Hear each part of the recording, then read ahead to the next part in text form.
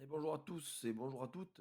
On se retrouve pour cette nouvelle revue des marchés, pour la semaine numéro 40, revue hebdomadaire des marchés et on va faire un petit peu le point de ce qu'il s'est passé sur les annonces, ces derniers jours et semaines dernières. On a eu donc on va parler surtout de l'US sur l'intro, un PIB, 2 trimestre qui a été révisé à la hausse, 3,8 contre toute attente, hein, grâce à une forte accélération des dépenses de consommation, plus 2,5. Ce rebond est perçu, comme un signal de résilience économique malgré quand même des incertitudes mondiales et des tensions, tarifaires. En ce qui concerne les commandes de biens durables sont aussi, fortement progressées. En août, plus 2,9, notamment dans le secteur aéronautique. Côté IPC inflation, on a eu une inflation annuelle à 2,9 pour le mois d'août, une inflation sous-jacente core CPI, à 3,1, légèrement en dessous des attentes, donc plutôt positif, pour le marché, ce qui donne à la Fed, sa légitimité à la baisse des taux qui s'est passée le 17 septembre. Toutefois, elle avait peut-être envisagé de nouvelles baisses de taux pour octobre et pour décembre, mais bon, affaire à suivre. Au niveau des PMI, manufacturiers et services, une croissance en perte de vitesse. Un PMI composite, qui tape les 53,6 en septembre, donc une légère baisse pardon, par rapport au mois d'août. Un PMI manufacturier 52, pareil en léger recul, et un PMI service à 53,9 également en baisse. Donc l'économie elle-même reste mitigée, mais il y a quand même des signes de ralentissement qui s'accumulent, baisse de nouvelles commandes, hausse des stocks et ralentissement de l'embauche. Voilà, donc c'est à prendre aussi un petit peu avec des pincettes. Alors au niveau, de ce qui va se passer cette semaine, semaine du, 31 septembre, donc lundi, on n'a pas d'annonce 3 étoiles. OK, à partir de mardi, on commence à avoir de la volatilité sur les marchés, que ça soit côté européen, ou côté américain. Le matin, attention, à l'IPC allemand, enfin en début d'après-midi. 14h50, on aura le discours de Lagarde et dans l'après-midi, le rapport Jolts, très, très important à 16h. Mercredi, on a les IPC qui commencent à tomber, donc IPC annuel pour, l'Europe, PMI, manufacturier, pour les Allemands et les Français. 14h15, création d'emplois non agricoles, ADP en prévision, entre guillemets, des NFP de vendredi, parce qu'on est aussi dans la semaine des non-farm payroll, donc des NFP américains. Jeudi, inscription hebdomadaire au chômage et vendredi, les NFP. Donc attention, vendredi 3 octobre, de ne pas rester trop longtemps sur les marchés. Il va y avoir énormément de volatilité. Ceci étant dit, on va directement sur les graphiques. Vendredi, donc le VIX, petit tour sur le VIX, indice de volatilité du S&P. On a eu, une expansion haussière heu, en début de journée, en début de matinée pour finir à la baisse, ce qui a promu les indices à la hausse en clôture, positive pour vendredi, pour le marché, américain et surtout le marché aussi européen. On va voir ça de suite sur les indices. Alors, commençons par nos amis les Européens, le DAX. On a un DAX qui est bien résilient, qui est bien, bien résilient et qui n'a pas envie de se faire shorter bien plus que cela. On voit très bien qu'il a refusé les cassures baissières. On avait cassé auparavant et je l'avais vu, je l'avais dit dans mon live trading de jeudi, donc on avait cassé les mardis, les plus bas de mardi et de mercredi, ainsi que de lundi, pour rejeter le prix et pour revenir à la hausse et clôturer, donc jeudi au-dessus des plus bas qui avaient été cassés, ce qui était quand même un signe, de rebond, on va dire majeur intraday. Donc ça a été confirmé donc vendredi. Vendredi matin, on voit très bien qu'on a eu un marché qui a bien, bien réagi au rebond, au rejet des vendeurs, et à ce rebond qui avait été bien perçu par le marché. Donc, l'action du prix, s'est fait au-dessus, des 23 503 points, ce qui donnait un signe, avant-coureur haussier. Toutefois, on avait quand même, aussi on aurait pu avoir une barrière à ce niveau-là où on avait un très joli gap, heu, qui était, en 4 heures, qui aurait pu servir en fait peut-être de baisse, au courant de la journée, ce qui n'a pas été le cas. Ce qui n'a pas du tout été le cas pour le gap, donc on voit qu'on l'a On l'a rejeté une première fois et puis après on l'a comblé en totalité donc on a breaké le gap à la hausse et on voit très bien que le marché est reparti très, très haut. Donc voilà, donc là, on est en train de travailler des zones pivots très importantes sur le DAX, pardon, à 23 749 points, on a clôturé à ce niveau-là. On pourrait avoir, une première surprise lundi pour avoir un marché qui continue sa hausse de vendredi, à moins heu, qu'il se passe quelque chose ce week-end et que sensiblement des ordres de vente soient passés, en attente ce week-end pour l'ouverture du marché de lundi. Donc on verra la session asiatique, mais je pense que là, au vu de ce rejet de jeudi, de cette hausse de vendredi, on pourra avoir, hop, un petit break et venir récupérer les plus hauts, des semaines précédentes qui coïncident aux 50 de Fibonacci hebdomadaire. Ce Fibo, je vous le remonte encore une fois, c'est un Fibo que j'ai tiré depuis le 19 juin jusqu'à son ATH, donc cette dernière jambe haussière qui a créé l'ATH. Et on voit qu'on travaille toujours des zones très importantes d'OTE. Et il y a vraiment, en fait, on pourrait se dire, voilà, il y a une très grosse accumulation. Alors, est-ce que c'est une accumulation pour partir à la hausse ou une distribution pour commencer à shorter bien plus le marché? Affaire à suivre, mais soyez vigilants sur les points hauts, sur les points bas, parce qu'à un moment donné, ça va péter. Et dans quel sens, on ne peut pas savoir. Et quand ça va péter, je pense que ça peut faire mal. Donc surveillez et mettez des stops, votre ceinture de sécurité. Là, pour l'instant, on voit qu'on a un marché qui reste très, très résilient, le marché européen qui suit, un petit peu le marché américain, heu, pour l'instant sur de l'intraday. Donc on a vu les zones hautes ont été cassées, succinctement pour le DAX. Donc ce niveau-là a été cassé, celui-ci aussi, donc a été clôturé vendredi au-dessus. Donc on pourra venir récupérer des blocs de contrat à ce niveau-là, très important et surtout qu'on a un gap qui reste légitimement ouvert. On va mettre notre petit, hop, indicateur. Donc ce gap que l'on a ici à la baisse a été travaillé une première fois, une deuxième fois, donc une troisième fois, mais on pourrait y venir et si on vient à combler ce gap, on aurait un signe un petit peu plus haussier. Donc attention les amis de ne pas trop vous affoler. Voilà, donc je reste quand même attentif, hem, au devenir, du DAX, voilà. Mais on a eu un très joli rebond, on en a profité vendredi, les signes étaient quand même très, très positifs. On a eu une volatilité qui était moindre, même sur l'indice, de volatilité européen. On a eu la composition du DAX qui était, full vert, donc on va dire la pondération du DAX, toutes les entreprises, en majeure partie les principales, entreprises, qui composent le DAX étaient très, très, haussières, pardon, donc on a continué notre rejet de jeudi pour finir et clôturé en positif vendredi à plus 0,74% en clôture de marché pour le DAX. Ok, on va aller faire un tour sur le marché. Ah mais oh, je vais vous parler quand même du 440. Je vais pas faire le difficile. Le 440, c'est un petit peu la même chose. On a une très très belle. Voilà, ça c'est des, au niveau technique, c'est magnifique pour moi, hein, j'adore. Voilà, on est venu chercher le plus bas de la semaine passée, donc de la semaine du 17 septembre, c'était le mercredi. Et regardez comme le marché a rejeté la cassure baissière. Hem, il y a eu un petit élan, on va dire, entre guillemets, une petite mèche qui a cassé le plus bas, mais on voit très bien qu'on est venu, récupérer, le prix au-dessus du plus bas de la semaine, du 13 septembre. Et voilà donc, très, très belle, revanche haussière et on voit que le marché vendredi a continué sa hausse. Donc ça, c'est vraiment, au niveau technique, c'est pour moi, c'est parfait. C'est du 5 étoiles. Donc là, j'hésite pas à travailler le marché. Surtout qu'en une heure, on est revenu intégrer les 50 RSI, donc vendredi en tout début de matinée, donc ce qui laissait croire à une expansion un petit peu plus haussière.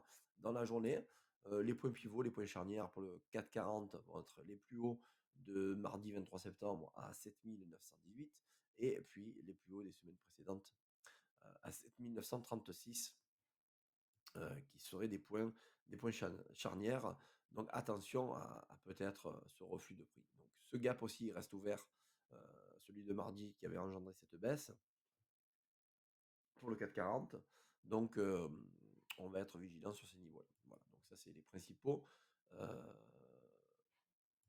les principaux niveaux. Alors je vais cacher cet cet indicateur, c'est celui-ci, voilà. Pour le Nasdaq, très joli aussi, pareil, moi j'ai bien aimé le Nasdaq. Vendredi, on a eu moi je trouve qu'on a eu une très, très belle prise de liquidité. On a eu de la baisse, une petite hausse en tout début d'ouverture marché US, même en pré-marché à 14h30, hein, pendant les annonces. Et puis d'un coup, le marché s'est fait shorter, mais il n'y avait pas de quoi trop s'inquiéter. Pourquoi? Toujours pareil, le VIX. Hein, on avait un VIX qui était très, très résilient et très, très baissier, heu, sur du on va se mettre en 1 heure. Donc on voit très bien que pendant la session, tac, tac, tac, c'est où? Toc, toc, toc, toc, c'est ici.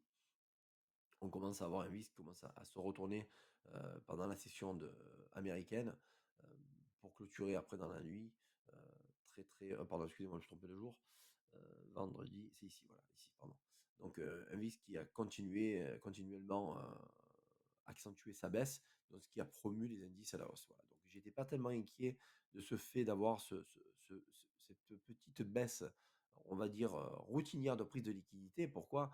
Parce que le VIX m'indiquait quand même qu'on commençait à avoir, hem, une baisse sur l'indicateur de volatilité, du VIX. Donc, pour moi, vraiment, il était vraiment très important d'attendre un point d'entrée très acheteur, en milieu d'après-midi, donc 1 heure et demie après l'ouverture du marché US, ce qui a donné ce sens un petit peu plus haussier. On clôture quasiment, pas flat, mais à 0,4 en positif sur le Nasdaq, donc c'est très, très joli. C'est très beau pour le Nasdaq en une fin de semaine, on va dire, un petit peu plus indécise. Voilà, donc on avait commencé quand même, enfin indécise, non, on avait commencé une semaine, assez baissière.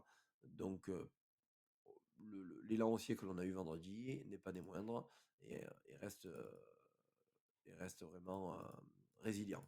Voilà. Alors on va voir les niveaux sur le Nasdaq.